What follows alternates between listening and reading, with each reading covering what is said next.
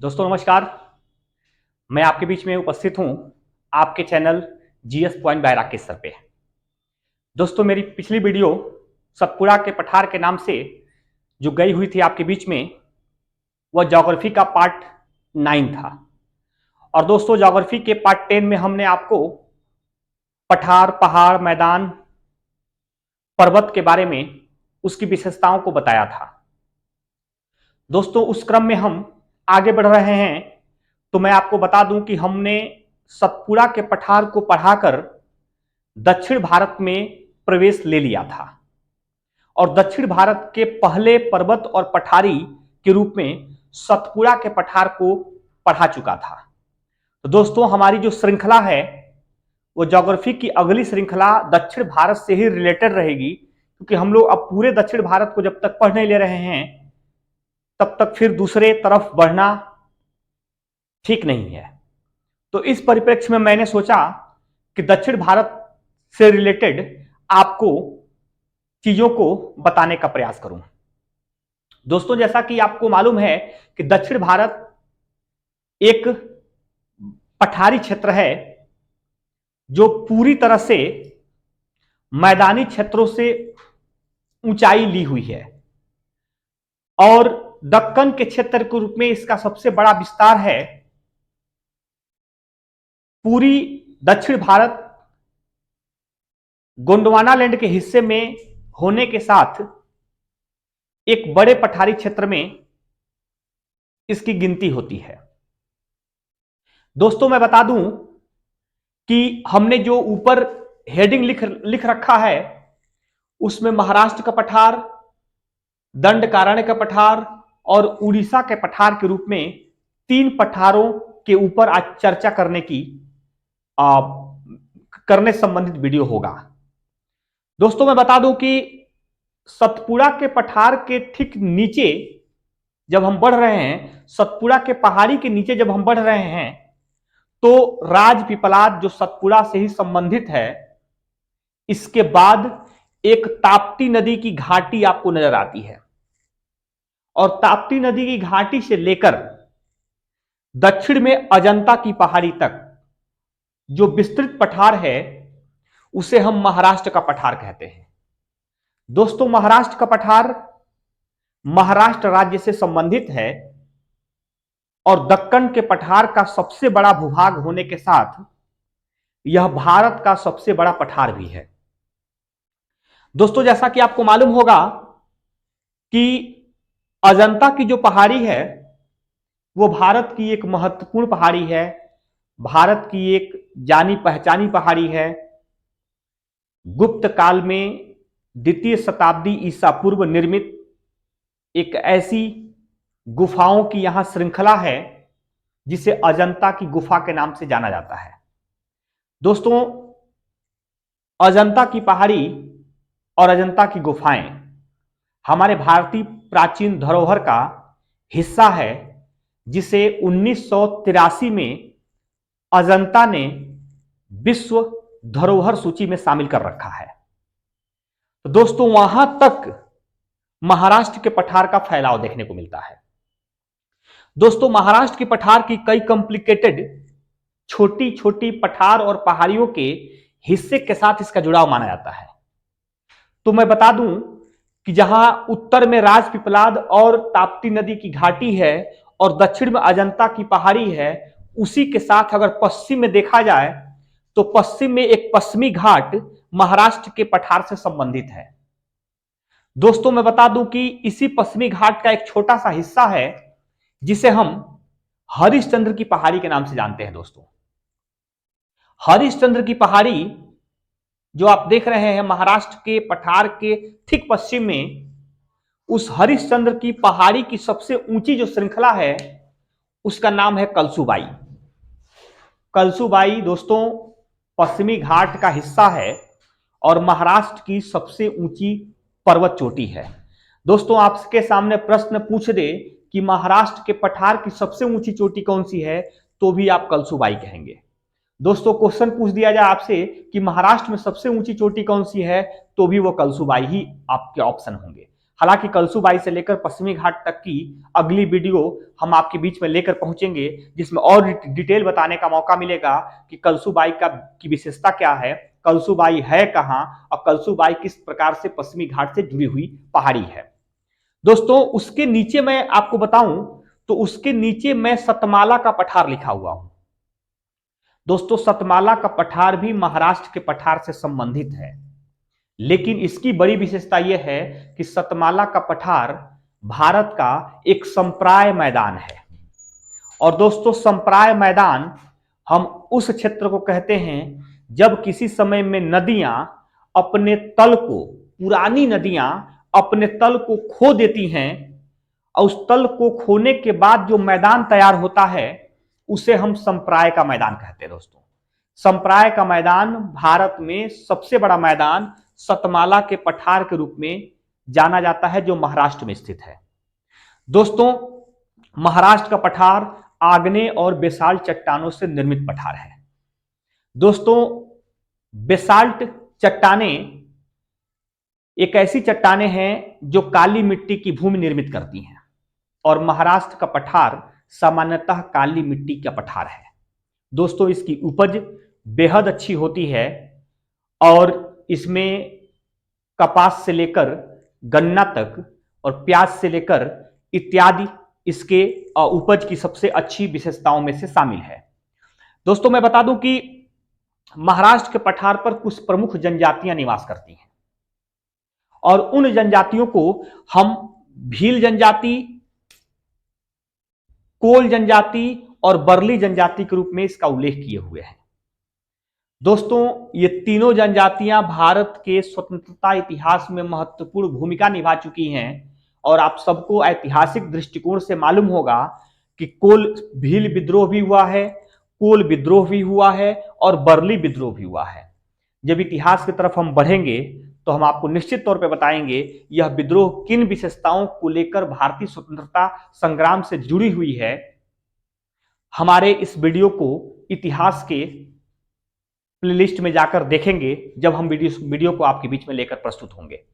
दोस्तों इस तरह के महाराष्ट्र के पठार की बड़ी विशेषताएं थी और ये दक्षिण के भारत में स्थित एक महत्वपूर्ण पठार है। दोस्तों अगर इसके हम पूर्व में बढ़ रहे हैं तो दूसरा हमें पठार मिल रहा है जिसका ये हिस्सेदारी आपको नजर आ रही है। इसमें लिखा हुआ है दंडकारण्य प्रदेश। दोस्तों दंडकारण्य प्रदेश एक महत्वपूर्ण मध्य भारत में स्थित प्रदेश है जिसका राज्य स्तरीय हिस्सा छत्तीसगढ़, उड़ीसा और आंध्र प्रदेश से जुड़ता है। दोस्तों इसका भूभाग छत्तीसगढ़ और उड़ीसा में अधिकांशतः देखने को मिलता है।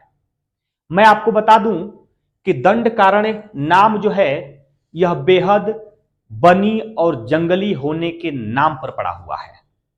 यह भारत का एक ऐसा वीराना क्षेत्र था, खासकर छत्तीसगढ़ का बस्तर जिला और उड़ीसा का कालाहांडी जिला, ये दोनों बड़ी जनजातीय जिला है जिस जंगल और वन के प्रभाव में यहां नक्सलाइट परिस्थितियां अधिक विकसित हुई हैं। तो दोस्तों मैं बता दूं कि कालाहांडी जिला जो उड़ीसा का जिला है भारत का एक महत्वपूर्ण सूखाग्रस्त जिला है और बेहद गरीब जिलों में शामिल है। दोस्तों कुछ वर्ष पहले कालाहांडी में एक ऐसी घटना घट गई जिससे भारत को शर्मसार होना पड़ा था। दोस्तों उस घटना को मैं आपके बीच में याद दिलाना चाहूंगा। वो घटना संबंधित है एक परिवार से जिसके परिवार का एक सदस्य हॉस्पिटल में हॉस्पिटलाइज होने की परिस्थितियों में डेथ कर गया था। और दोस्तों उस परिवार के पास उस डेथ बॉडी को अपने घर ले जाने के लिए साधन का जो चार्ज होता है वह भी नहीं था, जिसके कारण वह उस परिवार का एक सदस्य उस डेथ बॉडी को अपने कंधे पर रखकर और 10-12 किलोमीटर पैदल चलकर अपने घर पहुंचा था। दोस्तों वो वीडियो जब भारत के क्षेत्रों में वायरल हुई, जब दुनिया के पटल पर पहुंची, तो भारत के लिए शर्मसार होना पड़ा था कि भारत में ऐसे भी गरीब लोग रहते हैं जिनके पास 200-300 रुपया नहीं है कि वो अपने घर के डेथ बॉडी को घर ले जाकर घर साधन से ले जा सकें। दोस्तों, ये इसलिए भी शर्मसार करने वाली विषय थी, मानव समाज को शर्मसार करने वाली विषय थी कि आने जाने वाले लोगों ने वीडियो तो बनाया था, लेकिन किसी ने उस मार्मिक परिवार को सहयोग राशि नहीं दिया जिससे कि वो परिवार साधन से अपने डेथ बॉडी को ले जा सके। दोस्तों, गिरती हुई मानवता का एक बेहद शर्मसार उदाहरण था जो उड़ीसा के ही कालाहांडी जिलों में देखने को मिला था।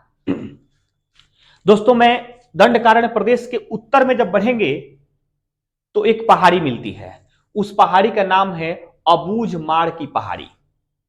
दोस्तों, अबूझमाड़ की पहाड़ी छत्तीसगढ़ से रिलेटेड है और एक जाना पहचाना पहाड़ी है। दोस्तों, दंडकारण्य प्रदेश के दक्षिण में एक पूर्वी घाट है।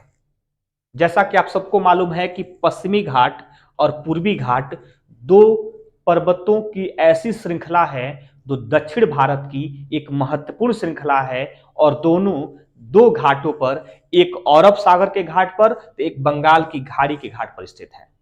तो दंडकारण्य प्रदेश के दक्षिण में पूर्वी घाट ही स्थित है जो आंध्र प्रदेश से रिलेटेड है। मैं बता दूं आपको कि दंडकारण्य प्रदेश की कुछ पहाड़ियां हैं जिनको ऊपर मैंने दर्शा रखा है। एक का नाम है मलयगिरी की पहाड़ी और दूसरे का नाम है मलानगिरी की पहाड़ी। दोस्तों, मलयगिरी की पहाड़ी उड़ीसा राज्य में है और मलानगिरी की पहाड़ी छत्तीसगढ़ राज्य में है। मैं आपको बता दूं कि दंडकारण्य प्रदेश से संबंधित कुछ जनजातियों का मैंने उल्लेख कर रखा है।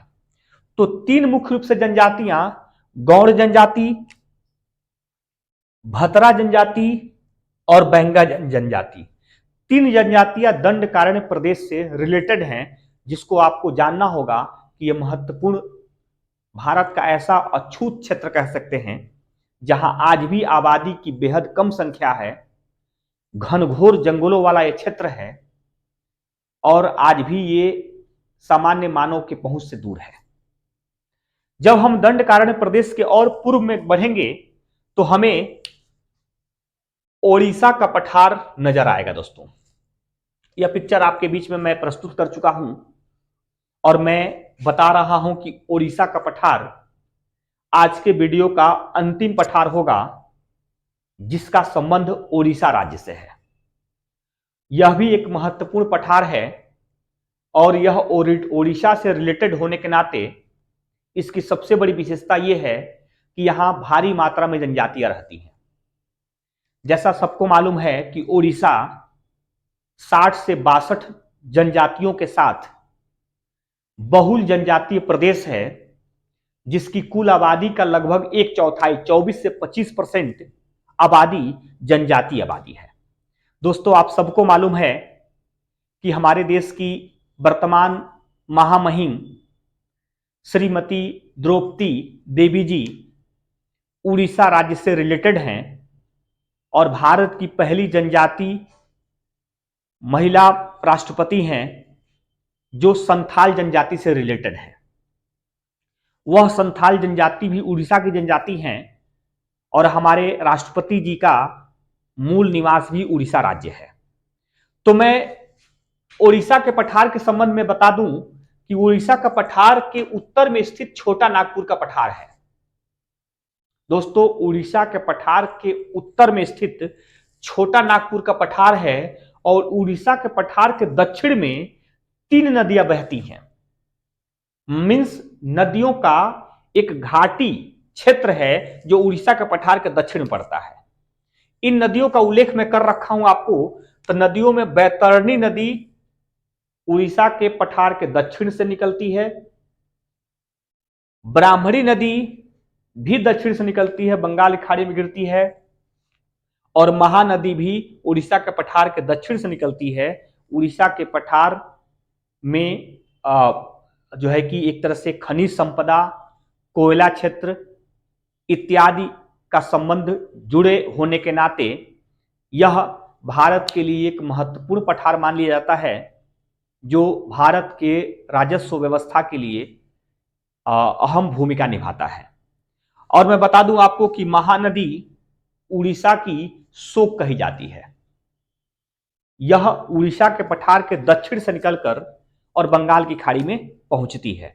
हालांकि दोस्तों मैं वीडियो जब नदियों का बनाऊंगा तो उसमें सारे वीडियोस को सारी नदियों के साथ दर्शाते हुए मैं आपको बताने का प्रयास करूंगा कि भारत की कौन सी नदी किस क्षेत्र से किस राज्य से होकर बहती है और उस नदी की भारत के लिए क्या विशेषता है। तो दोस्तों इस ओडिशा के पठार से संबंधित जो जनजातियां हैं उनका मैं उल्लेख आपके सामने करना चाहूंगा। उन जनजातियों में संथाल जनजाति, ओरावा जनजाति और भूमिया जनजाति, यह 3 जनजातियां मुख्य रूप से उड़ीसा के पठार पर निवास करती हैं। तो इस प्रकार से हम दक्षिण भारत के कुछ महत्वपूर्ण पठारों को आपके बीच में लेकर पहुंचे हुए हैं। दक्षिण भारत से संबंधित और कोई विशेषता अगर आप जानने की कोशिश चाहते हैं तो हमें कमेंट करके जरूर बताएं कि आप किस संबंध में वीडियो चाहते हैं। दोस्तों यह वीडियो आपके बीच में कैसा लगा हमें जरूर से बताइएगा और इस वीडियो को आप अपने दोस्तों के बीच में शेयर कीजिए तथा अगले वीडियो में मैं किन बिंदुओं पर लेकर पहुंचूं इसके लिए आप चाहे तो हमें सुझाव दे सकते हैं। दोस्तों जीएस पॉइंट गोरखपुर में स्थित एक ऐसी संस्था है जो बच्चों के कल्याण के लिए, शैक्षणिक हितों के लिए समर्पित संस्था है।